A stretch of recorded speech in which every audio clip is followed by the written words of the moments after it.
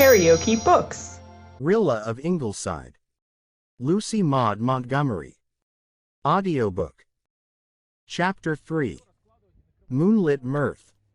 Rilla, who still buttoned up her eyes when she went to sleep so that she always looked as if she were laughing in her slumber, yawned, stretched, and smiled at Gertrude Oliver. The latter had come over from Lowbridge the previous evening and had been prevailed upon to remain for the dance at the Four Winds Lighthouse the next night. The new day is knocking at the window. What will it bring us, I wonder? Miss Oliver shivered a little. She never greeted the days with Rilla's enthusiasm. She had lived long enough to know that a day may bring a terrible thing. I think the nicest thing about days is their unexpectedness, went on Rilla. It's jolly to wake up like this on a golden fine morning and wonder what surprise packet the day will hand you. I always daydream for 10 minutes before I get up, imagining the heaps of splendid things that may happen before night. I hope something very unexpected will happen today, said Gertrude.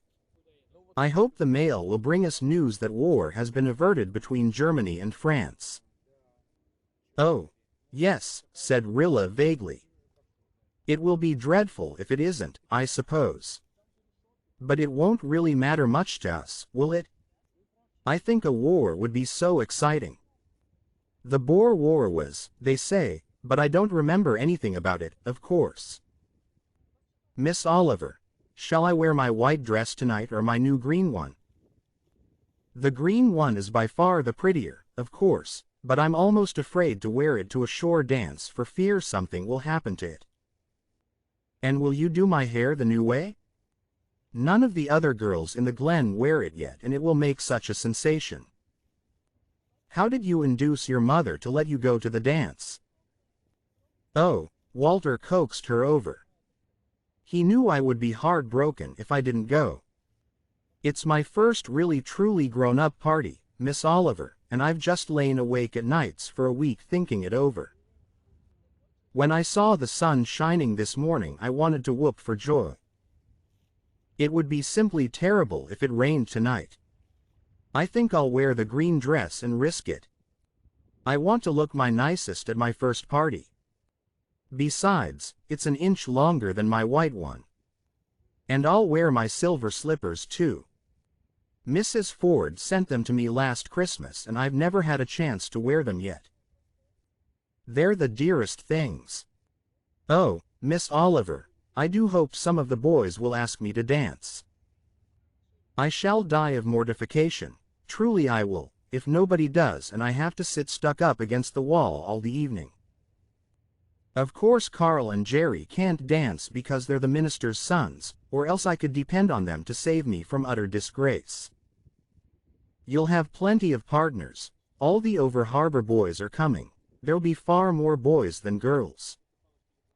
I'm glad I'm not a minister's daughter, laughed Rilla. Poor Faith is so furious because she won't dare to dance tonight. Una doesn't care, of course. She has never hankered after dancing.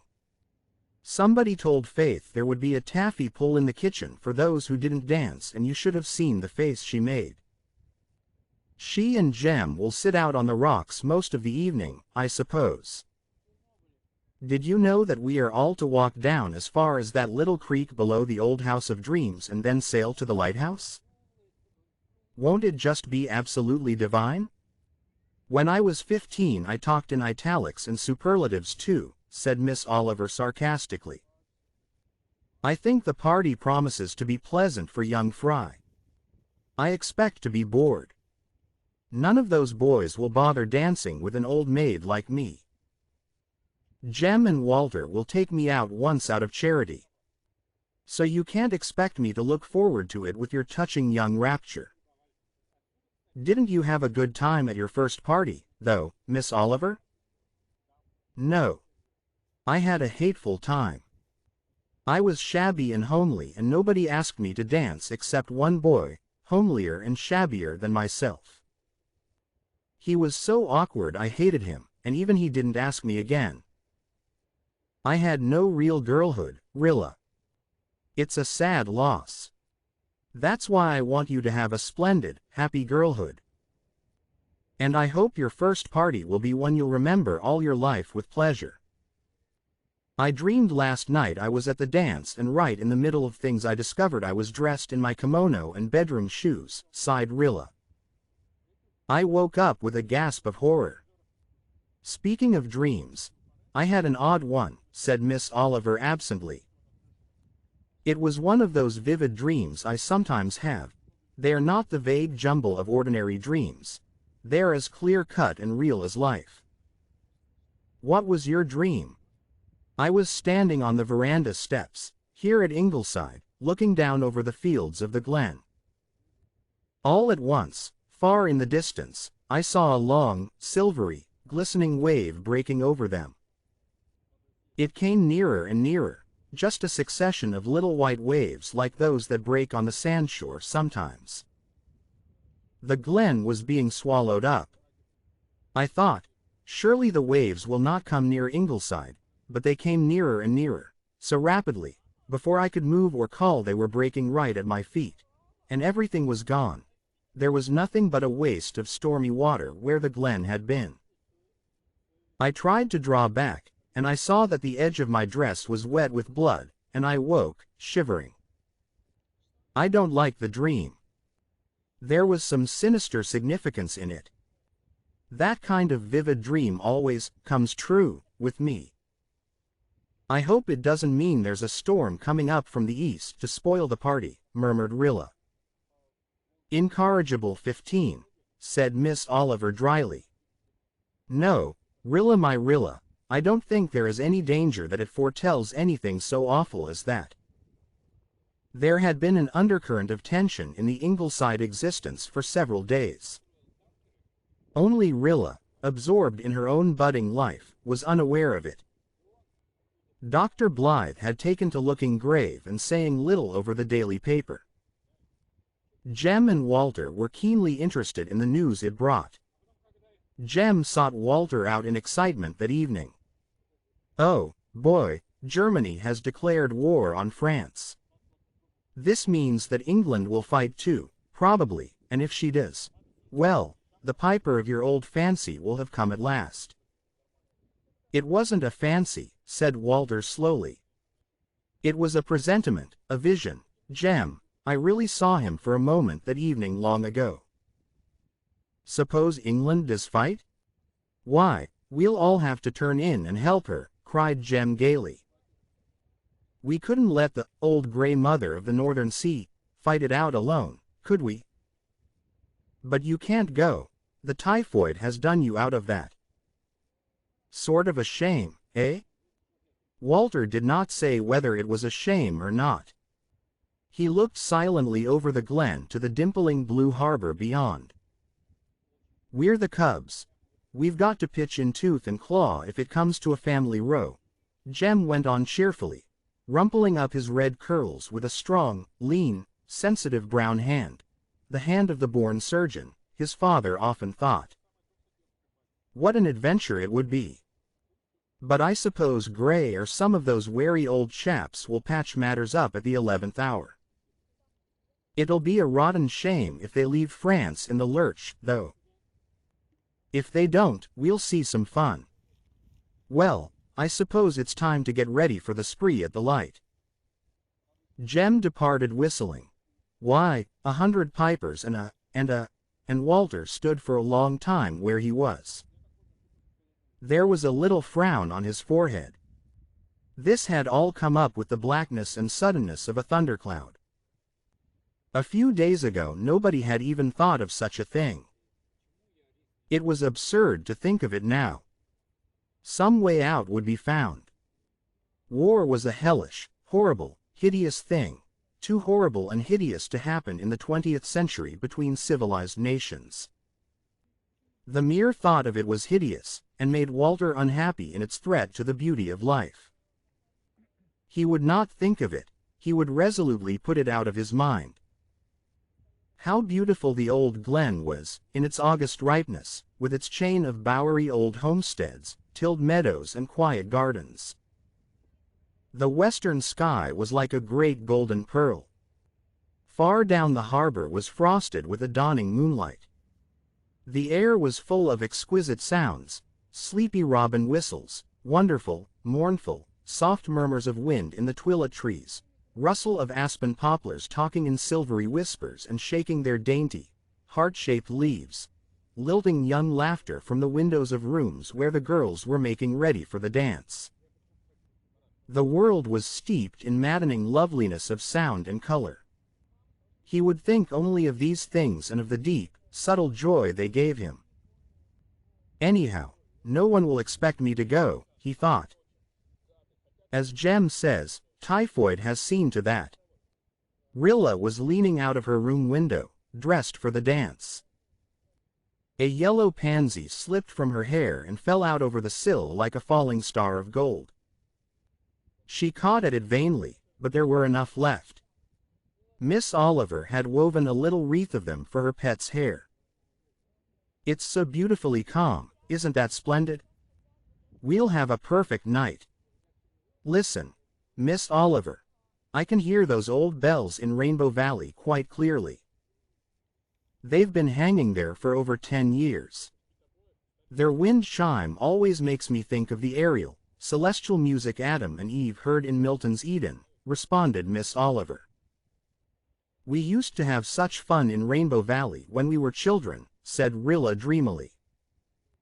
"Nobody ever played in Rainbow Valley now. It was very silent on summer evenings. Walter liked to go there to read. Jem and Faith trysted there considerably. Jerry and Nan went there to pursue uninterruptedly the ceaseless wrangles and arguments on profound subjects that seemed to be their preferred method of sweethearting. And Rilla had a beloved little sylvan dell of her own there where she liked to sit and dream. "I must run down to the kitchen before I go and show myself off to Susan. She would never forgive me if I didn't." Rilla whirled into the shadowy kitchen at Ingleside, where Susan was prosaically darning socks, and lighted it up with her beauty. She wore her green dress with its little pink daisy garlands, her silk stockings and silver slippers. She had golden pansies in her hair and at her creamy throat. She was so pretty and young and glowing that even Cousin Sophia Crawford was compelled to admire her, and Cousin Sophia Crawford admired few transient earthly things. Cousin Sophia and Susan had made up, or ignored, their old feud since the former had come to live in the Glen, and Cousin Sophia often came across in the evenings to make a neighborly call. Susan did not always welcome her rapturously, for Cousin Sophia was not what could be called an exhilarating companion. "Some calls are visits and some are visitations, Mrs. Drive dear," Susan said once, and left it to be inferred that Cousin Sophia's were the latter. Cousin Sophia had a long, pale, wrinkled face, a long, thin nose, a long, thin mouth, and very long, thin, pale hands, generally folded resignedly on her black calico lap. Everything about her seemed long and thin and pale. She looked mournfully upon Rilla Blythe and said sadly, "Is your hair all your own?" "Of course it is," cried Rilla indignantly. "Ah, well," Cousin Sophia sighed. "It might be better for you if it wasn't. Such a lot of hair takes from a person's strength. It's a sign of consumption, I've heard, but I hope it won't turn out like that in your case. I suppose you'll all be dancing tonight, even the minister's boys most likely. I suppose his girls won't go that far." "Ah, well, I never held with dancing. I knew a girl once who dropped dead while she was dancing. How anyone could ever dance Aga after a judgment like that I cannot comprehend." "Did she ever dance again?" asked Rilla pertly. "I told you she dropped dead. Of course she never danced again, poor creature. She was a Kirk from Lowbridge. You ain't going off like that with nothing on your bare neck, are you?" "It's a hot evening," protested Rilla.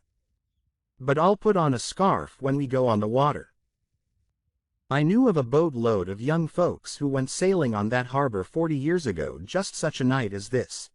Just exactly such a night as this, said Cousin Sophia lugubriously, and they were upset and drowned. Every last one of them. I hope nothing like that'll happen to you tonight. Do you ever try anything for the freckles? I used to find plantain juice real good. You certainly should be a judge of freckles, Cousin Sophia, said Susan, rushing to Rilla's defense. You were more speckled than any toad when you was a girl.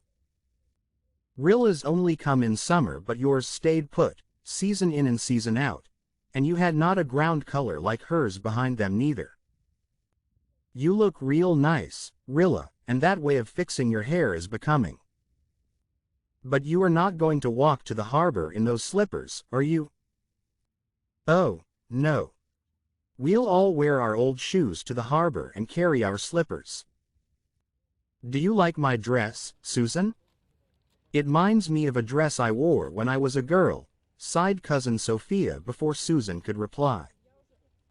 It was green with pink posies on it, too, and it was flounced from the waist to the hem. We didn't wear the skimpy things girls wear nowadays.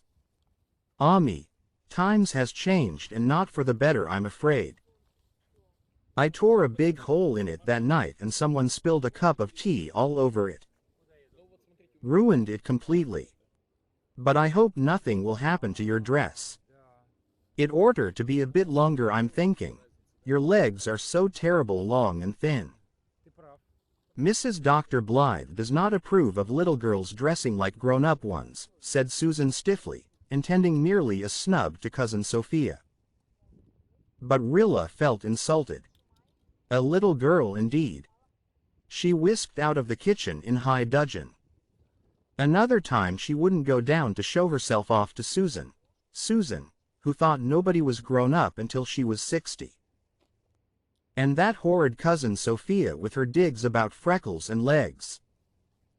What business had an old beanpole like that to talk of anybody else being long and thin? Rilla felt all her pleasure in herself and her evening clouded and spoiled. The very teeth of her soul were set on edge, and she could have sat down and cried. But later on her spirits rose again when she found herself one of the gay crowd bound for the Four Winds Light. The Blitz left Ingleside to the melancholy music of howls from Dog Monday, who was locked up in the barn lest he make an uninvited guest at the light. They picked up the Merediths in the village, and others joined them as they walked down the old harbor road. Mary Vance, resplendent in blue crepe, with lace over dress, came out of Miss Cornelia's gate and attached herself to Rilla and Miss Oliver, who were walking together and who did not welcome her over warmly. Rilla was not very fond of Mary Vance. She had never forgotten the humiliating day when Mary had chased her through the village with a dried codfish. Mary Vance, to tell the truth, was not exactly popular with any of her set. Still, they enjoyed her society. She had such a biting tongue that it was stimulating. Mary Vance is a habit of ours. We can't do without her even when we are furious with her, D. Blythe had once said. Most of the little crowd were paired off after a fashion. Jem walked with Faith Meredith, of course, and Jerry Meredith with Nan Blythe. Dee and Walter were together, deep in confidential conversation which Rilla envied. Carl Meredith was walking with Miranda Pryor, more to torment Joe Milgrave than for any other reason. Joe was known to have a strong hankering for the said Miranda, which shyness prevented him from indulging on all occasions. Joe might summon enough courage to amble up beside Miranda if the night were dark, but here, in this moonlit dusk, he simply could not do it. So he trailed along after the procession and thought things not lawful to be uttered of Carl Meredith. Miranda was the daughter of Whiskers on the Moon. She did not share her father's in popularity, but she was not much run after, being a pale, neutral little creature, somewhat addicted to nervous giggling. She had silvery blonde hair and her eyes were big china blue orbs that looked as if she had been badly frightened when she was little and had never got over it. She would much rather have walked with Joe than with Carl, with whom she did not feel in the least at home. Yet it was something of an honor, too, to have a college boy beside her, and a son of the manse at that. Shirley Blythe was with Una Meredith and both were rather silent because such was their nature. Shirley was a lad of 16, sedate, sensible, thoughtful, full of a quiet humor. He was Susan's little brown boy, yet, with his brown hair, brown eyes, and clear brown skin. He liked to walk with Una Meredith because she never tried to make him talk or badgered him with chatter. Una was as sweet and shy as she had been in the Rainbow Valley days, and her large, dark blue eyes were as dreamy and wistful. She had a secret, carefully hidden fancy for Walter Blythe that nobody but Rilla ever suspected. Rilla sympathized with it and wished Walter would return it. She liked Una better than Faith, whose beauty and aplomb rather overshadowed other girls, and Rilla did not enjoy being overshadowed. But just now she was very happy. It was so delightful to be tripping with her friends down that dark, gleaming road sprinkled with its little spruces and firs, whose balsam made all the air resinous around them. Meadows of sunset afterlight were behind the westerning hills. Before them was the shining harbor. A bell was ringing in the little church over harbor and the lingering dream notes died around the dim, amethystine points. The gulf beyond was still silvery blue in the afterlight. Oh, it was all glorious. The clear air with its salt tang, the balsam of the firs, the laughter of her friends. Rilla loved life, its bloom and brilliance. She loved the ripple of music, the hum of merry conversation. She wanted to walk on forever over this road of silver and shadow. It was her first party and she was going to have a splendid time. There was nothing in the world to worry about, not even freckles and overlong legs, nothing except one little haunting fear that nobody would ask her to dance. It was beautiful and satisfying just to be alive, to be 15, to be pretty. Rilla drew a long breath of rapture, and caught it midway rather sharply. Jem was telling some story to Faith, something that had happened in the Balkan War. The doctor lost both his legs, they were smashed to pulp, and he was left on the field to die. And he crawled about from man to man, to all the wounded men round him, as long as he could, and did everything possible to relieve their sufferings, never thinking of himself. He was tying a bit of bandage round another man's leg when he went under. They found them there, the doctor's dead hands still held the bandage tight, the bleeding was stopped and the other man's life was saved. Some hero, wasn't he, Faith? I tell you when I read that. Jem and Faith moved on out of hearing. Gertrude Oliver suddenly shivered. Rilla pressed her arm sympathetically. Wasn't it dreadful, Miss Oliver? I don't know why Jem tells such gruesome things at a time like this when we're all out for fun.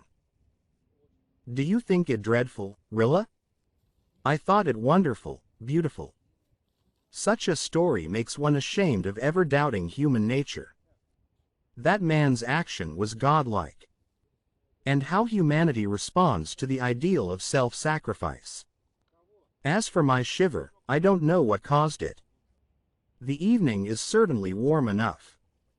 Perhaps someone is walking over the dark, star-shiny spot that is to be my grave. That is the explanation the old superstition would give. Well, I won't think of that on this lovely night. Do you know, Rilla, that when nighttime comes I'm always glad I live in the country. We know the real charm of night here as town dwellers never do. Every night is beautiful in the country, even the stormy ones. I love a wild night storm on this old Gulf shore. As for a night like this, it is almost too beautiful, it belongs to youth and dreamland and I'm half afraid of it. I feel as if I were part of it, said Rilla. Ah yes, you're young enough not to be afraid of perfect things. Well, here we are at the House of Dreams. It seems lonely this summer. The Fords didn't come? Mr. Dot and Mrs. Ford and Persis didn't. Kenneth did, but he stayed with his mother's people over harbor. We haven't seen a great deal of him this summer. He's a little lame, so didn't go about very much. L.M.? What happened to him? He broke his ankle in a football game last fall and was laid up most of the winter. He has limped a little ever since, but it is getting better all the time and he expects it will be all right before long. He has been up to Ingleside only twice. Ethel Reese is simply crazy about him, said Mary Vance.